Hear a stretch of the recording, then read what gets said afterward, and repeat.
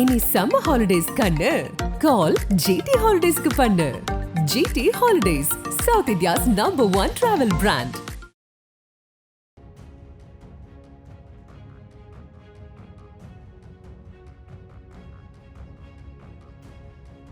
The GOAT, the greatest of all time, Venkat Prabhu's hero Thalapathy நடிக்கக்கூடிய the GOAT படத்தினுடைய trailer. இந்த trailer பார்க்கும்போது வந்துட்டு நிறைய பேருக்கு திருப்தியாக இருக்கும், ஒரு சில பேருக்கு அதிருப்தியாக இருக்கலாம், வாட் எவர் இட் இஸ். ஆனால் பொதுவாக ஒரு ட்ரெய்லரை பார்க்கும்போது நம்ம இந்த படம் எப்படியா வரும் அப்படிங்கிற மாதிரியான ஒரு யூகம் வர்றதுக்கு தான் நமக்கு ட்ரெய்லரே போடப்பட்டிருக்கு. அப்படி பார்க்கும்போது இந்த படம் வந்துட்டு நமக்கு சொல்லப்படுறது என்ன அப்படின்னா, இந்த படம் வந்துட்டு துப்பாக்கி மாதிரியோ இல்லை வேறு மாதிரியான ஒரு ஃப்ளேவரில் ஒரு கலரில் இருக்கக்கூடிய படம் கிடையாது.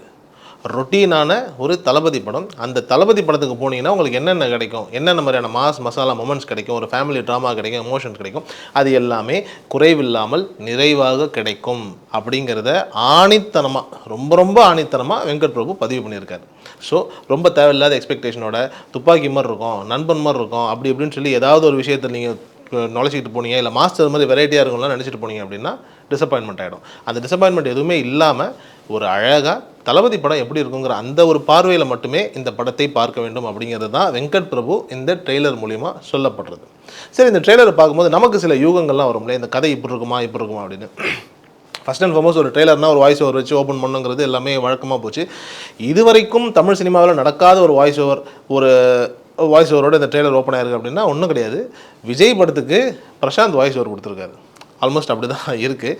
பிரசாந்த் சார் வந்துட்டு ஒரு வாய்ஸ் ஓவர் கொடுத்து அழகாக வந்துட்டு இவர் யார் அப்படின்னா ஒரு ஸ்பை, ராவுக்கு வந்துட்டு ஹெல்ப் பண்ணாருங்கிற மாதிரி அப்படியே ஒரு விஷயத்தை வந்து the greatest, the GOAT of shots அப்படின்ற மாதிரியான ஒரு இன்ட்ரடக்ஷன் கொடுத்து இந்த ஹீரோ என்ன பண்ணுறாரு அப்படிங்கிற மாதிரியான ஒரு நிலையில் அறிமுகப்படுத்தின விதம் தமிழ் சினிமாவுக்கு இது வரைக்கும் நடக்காத ஒரு விஷயந்தான். பிரசாந்த், விஜய், பிரபுதேவா இவங்க 3 பேருமே, அஜ்மல், இவங்க 4 பேருமே வந்துட்டு ஒரு காம்பைண்டாக ஒரு ஸ்குவாடுக்குள்ளே ஒர்க் பண்ணக்கூடிய ஒரு டீமு. இந்த டீமுக்குள்ளே என்னென்ன விஷயங்கள் நடக்குது அப்படிங்கிற மாதிரியான ஒரு லைனில் தான் இந்த கதை நகரப்போகுதுங்கிறது நமக்கு நல்லாவே தெரியுது. ஆனால் இந்த ட்ரெய்லரை பார்க்கும்போது ஒரு யூகமாக என்னவாக இருக்கும் அப்படின்னா, இப்படி ஒரு 4 பேர் கொண்ட டீம் வந்துட்டு ஒரு இடத்துல ஒர்க் பண்ணிக்கிட்டு இருக்காங்க, ஒரு டீமாக ஒர்க் பண்ணிகிட்டு இருக்காங்க, ராக ஹெல்ப் பண்ணுறாங்க, ஸ்பையாக இருக்கிறாங்க, சில இடங்களில் வந்துட்டு ஹாஸ்டேஜஸை வந்துட்டு மீட்பதற்கான ஒரு நெகோசியேஷன்ஸ்லாம் பண்ணி கொடுக்குற மாதிரியான ஒரு டீம் வச்சுருக்காங்கங்கிற மாதிரியான ஒரு சூழல். இப்படி இருக்கும்போது ஏதோ ஒரு தருணத்தில் விஜயனுடைய கதாபாத்திரம் வந்துட்டு அந்த ஸ்னேகாவோட வராங்க தெரியுமா, அந்த ஸ்னேகாவோட விஜய், ஸ்னேகா, சின்ன பையன், வயிற்றில் ஒரு குழந்தை, இவங்க 4 பேர் வந்துட்டு பேங்காக் வந்துட்டு ஒரு டூர் போகிறாங்க.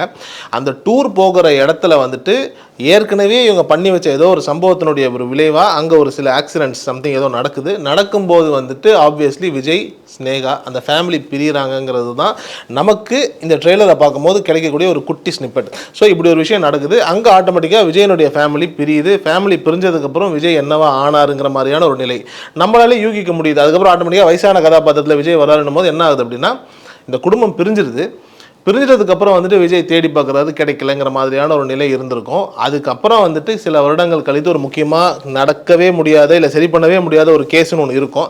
அந்த கேஸுக்கு வந்துட்டு பிரசாந்த் கிட்ட இதை யார் பண்ண போகிறாங்க அப்படின்னு சொல்லும்போது பிரசாந்த் சொல்லுவார், இதை பண்ணி முடிக்கிறதுக்கு ஒரே ஒரு ஆள் தான் இருக்கான், அது யார் அப்படின்னா வருவார் அங்கேருந்து அப்படியே. ஸோ அப்படி தான் இந்த படத்தினுடைய ஹீரோ இன்ட்ரடக்ஷன் ஸ்டார்ட் ஆகும். அந்த வயசான விஜயனுடைய கதாபாத்திரம் ஸ்டார்ட் ஆக போகுது.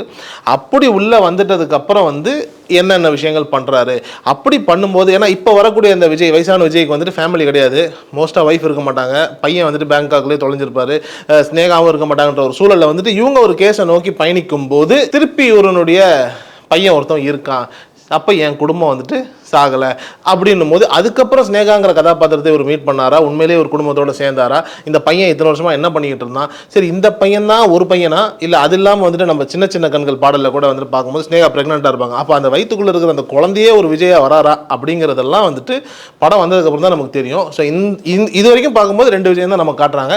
மேபி படம் வரும்போது 3 விஜயா கூட இருக்கலாம். ஏன் 3 விஜயா இருக்கிறதுக்கு வாய்ப்பு இருக்குன்னு சொல்கிறேன் அப்படின்னா, ஒரு கதாபாத்திரம் வந்துட்டு நமக்கு நல்லாவே தெரியுது, ஒரு ஏஜ்டு கேரக்டர். அந்த ஏஜ்டு கேரக்டர் தான் சின்னதில் வந்துட்டு பார் பப்லாம் ஜாலியாக சுற்றிக்கிட்டு பிரசாந்த், பிரபுதேவா, அஜ்மல்லாம் ஃபன் பண்ணிட்டு இருக்கிற மாதிரியான ஒரு கேரக்டரிஸ்டிக்ஸ்.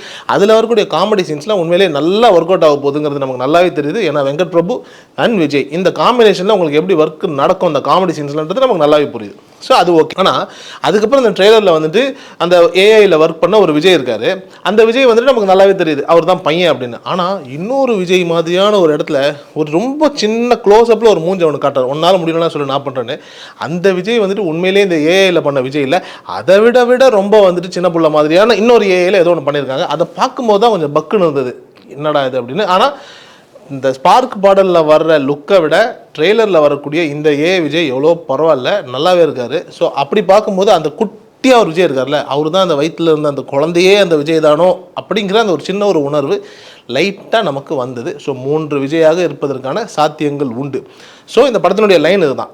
ஆட்டோமேட்டிக்காக அந்த லைன் இதுதான் நமக்கு நல்லாவே தெரிஞ்சு போச்சு. இறுதியாக வந்துட்டு இந்த சோ கால்டு வயசான விஜய், அதாவது once a line and always a line கடைசியில் ஒரு பஞ்செல்லாம் வச்சு முடிச்சிருக்காங்களே, அந்த விஜய் வந்துட்டு ஸ்னேகாவை சந்திச்சாரா, குடும்பத்தோடு சேர்ந்தாரா, இழந்த குடும்பத்தை மீட்டாராங்கிற மாதிரியான ஒரு நிலையில் தான் இந்த கதை பயணிக்க போகுதுங்கிறது எந்த விதமான டவுட்டும் கிடையாது.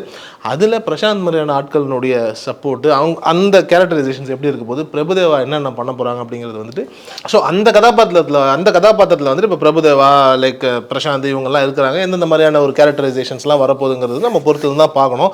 ஆனால் ரொம்ப ட்விஸ்ட்டாக நம்ம எதிர்பார்க்காத மாதிரியான ஒரு கேரக்டரைசேஷன் தான் மோகன் அவர்களுடைய கேரக்டரைசேஷன். நல்லாவே தெரியுது அவர் தான் வில்லன் அப்படின்னு. ஸோ நான் அனுபவிச்ச அந்த கஷ்டத்தை இவனும் அனுபவிக்கணும் அப்படின்னு சொல்லிட்டு அவர் ஒரு விஷயம் பண்ணுறாரு. அந்த விஷயம் தான் என்னவா இருக்கும், பேங்காக்கில் நடக்கக்கூடிய ஏதோ ஒரு சம்பவத்தில் உள்ள போந்து குடும்பத்தை பிரித்து இந்த சாவுக்கு மேலே பெரிய ஒரு வழி அப்படின்னு சொல்லி தெரியல மகேந்திரன் சார் சொல்லுவார்ல, அந்த மாதிரி ஏதோ ஒன்று பண்ணி குடும்பத்தை ஒரு பிரித்து வைக்க போகிறாரு. அதுக்கு காரணம் ஆப்வியஸ்லி இந்த சாட்ஸுங்கிற ட்ரூப்லேருந்து வந்துட்டு மோகனுக்கு ஏதாவது ஒரு கஷ்டம் கொடுத்துருப்பாங்க. ஸோ அப்படிப்பட்ட ஒரு நிலையாக தான் இருக்கும். அதே கதாபாத்திரம் வந்துட்டு கடைசியாக என்னென்ன மாதிரியான விஷயங்கள் வருது, விஜய் வந்துட்டு மோகனை எப்படி பழி வாங்கினாருங்கிற மாதிரியான ஒரு கிளை கதைகள், முக்கியமான கதைகள்லாம் ஓடும். அது எந்த ஒரு டவுட்டும் கிடையாது. பட் ஆனால் இந்த படத்தில் ரொம்ப குறிப்பாக இந்த ட்ரெய்லரில் ரொம்ப கவனிச்சது என்னன்னா, வசனம் ரொம்ப நல்லாவே இருந்ததுங்க. அதாவது இது வரைக்கும் காந்தி வேஷம் போட்டு பார்த்துருக்கேன், காந்தியே வேஷம் போட்டுருது அப்படிங்கிற அந்த ஒரு டைலாக்ஸ்லாம் வந்துட்டு அது அரசியல் கிடையாது. ஆனால் எங்கேயோ ஒரு இடத்துல லைட்டாக ஒரு அரசியல் வாடை அடிக்குதுங்கிறதுல வந்துட்டு எந்த விதமான டவுட்டும் கிடையாது. இந்த மாதிரியான சில வசனங்களுடைய துணுக்கெல்லாம் நல்லாவே இருக்குது.